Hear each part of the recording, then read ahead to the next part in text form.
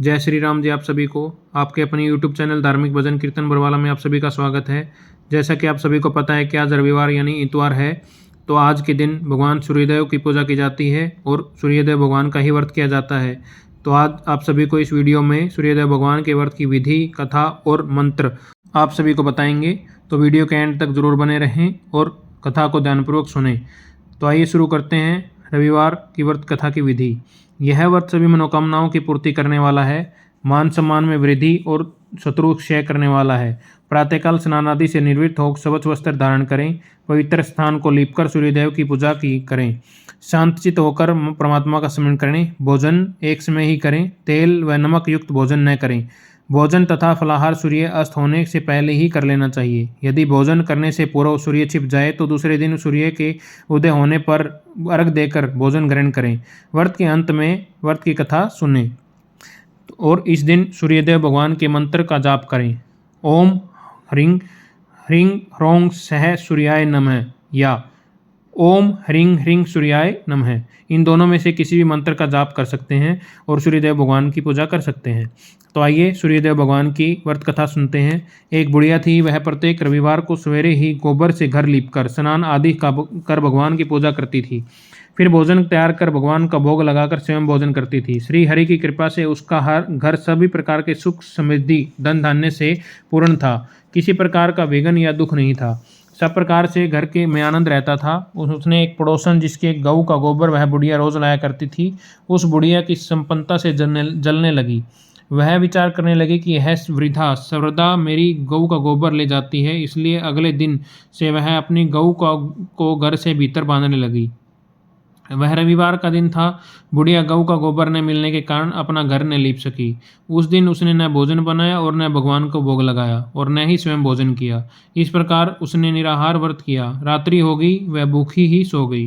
रात्रि में भगवान ने उसे स्वप्न में दर्शन दिए और भोजन न बनाने तथा भोग न लगाने का कारण पूछा। वृद्धा ने कहा उसे गोबर नहीं मिला, इस कारण वह अपना आपका भोग न लगा सकी। तब भगवान ने कहा कि हे माता, हम तुमको ऐसी गऊ देते हैं जो सभी इच्छाएं पूर्ण करती है। क्योंकि तुम हमेशा रविवार को पूरा घर गऊ के लिए गोबर से लीपकर भोजन बनाकर भोग लगाकर स्वयं ही भोजन ग्रहण करती हो, इसलिए मैं बहुत प्रसन्न हूँ। मैं निर्धन को धन और बांझ स्त्रियों को पुत्र देकर उनके दुखों को दूर करता हूँ तथा अंत समय में मोक्ष प्रदान करता हूँ। स्वप्न में ऐसा वरदान देकर भगवान अंतर्ध्यान हो गए। प्रातः जब वृद्धा की आंखें खोली तो उसने देखा कि आंगन में एक अति सुंदर गऊ और बछड़ा बंधे हुए हैं। गऊ और बछड़े को देखकर वह वृद्धा अत्यंत प्रसन्न हुई। उनको घर के बाहर बांध दिया, वहीं उनके खाने के लिए चारा भी डाल दिया।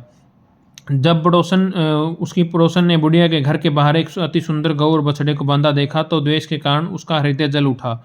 जब उसने देखा कि गऊ ने सोने का गोबर दिया है, वह चोरी से उसका गऊ का गोबर उठाकर ले गई और अपनी गऊ का गोबर उसके जगह पर रख गई। वह प्रतिदिन ऐसा करती। सीधी सादी बुढ़िया को उसकी इस चालाकी की खबर नहीं हुई। सर्वव्यापी ईश्वर ने सोचा कि चालाक पड़ोसन के कर्म से बुढ़िया ठगी जा रही है।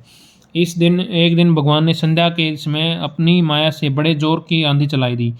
बुढ़िया ने आंधी के भय से अपनी गऊ को घर के भीतर बांध दिया। प्रातःकाल उठकर जब वृद्धा ने देखा कि गऊ ने सोने का गोबर दिया है तो वह उसके आश्चर्य की सीमा न रही। अब वह प्रतिदिन गऊ को घर के भीतर बांधने लगी।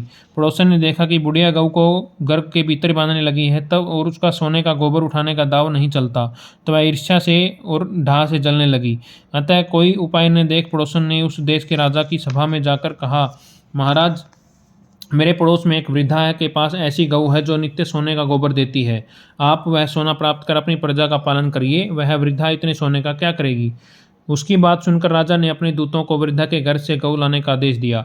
वृद्धा प्रातः भगवान का भोग लगा भोजन ग्रहण करने जा रही थी कि राजा के कर्मचारी गऊ खोलकर ले गए। वृद्धा बहुत रोई चिल्लाई, किंतु राजा के कर्मचारी के सामने कोई क्या करता।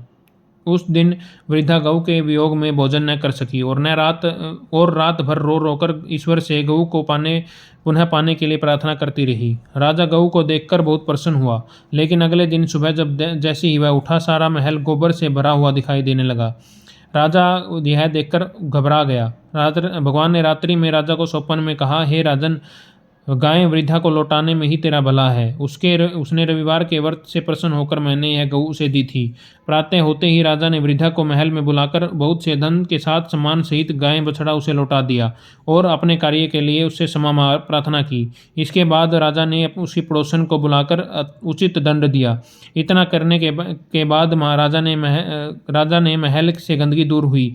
उसी दिन से राजा ने नगरवासियों को आदेश दिया कि राज्य की समृद्धि और अपनी समस्त मनोकामनाओं की पूर्ति के लिए रविवार का व्रत अवश्य करें। व्रत करने से नगर के लोग सुखी जीवन व्यतीत करने लगे। अब कोई बीमारी तथा प्रकृति का प्रकोप उस नगर पर नहीं था।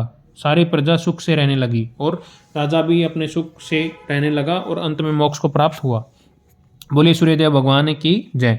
सूर्यदेव भगवान की व्रत कथा यहीं समाप्त होती है। आइए सूर्यदेव भगवान की आरती करते हैं। जय जय जय रविदेव स्वामी, जय जय जय रविदेवा स्वामी, जय जय जय सूर्यदेवा। रजनीपति मदहारी सतल जीवन दाता स्वामी, सतल जीवन दाता। सटपद मदद मुदकारी हे दीनमणि ताता स्वामी, हे दीनमणि ताता। जग के हैं रविदेव, जय जय जय रविदेव, जय जय जय सूर्यदेवा। नवमंडल के वासी ज्योति प्रकाश देवा स्वामी, ज्योति प्रकाश देवा। निज जनहित सुख राशि तेरी हम सब हैं करते सेवा स्वामी, हम सब करते सेवा। ओम जय जय सूर्यदेवा स्वामी, जय जय सूर्यदेवा। कनक बदन मह सोहत रुचि प्रभा प्यारी स्वामी, रुचि प्रभा प्यारी। निज मंडल से मंडित अजर अमर छविधारी स्वामी, अजर अमर छविधारी। हे सुरवर रविदेवा स्वामी, जय जय जय सूर्यदेवा स्वामी, जय जय जय सूर्यदेवा। रजनीपति मदहारी सतदल जीवन दाता स्वामी, जय जय जय सूर्यदेवा। बोले सूर्यदेव भगवान की जय हो। रविवार की व्रत कथा और यहीं समाप्त होती है।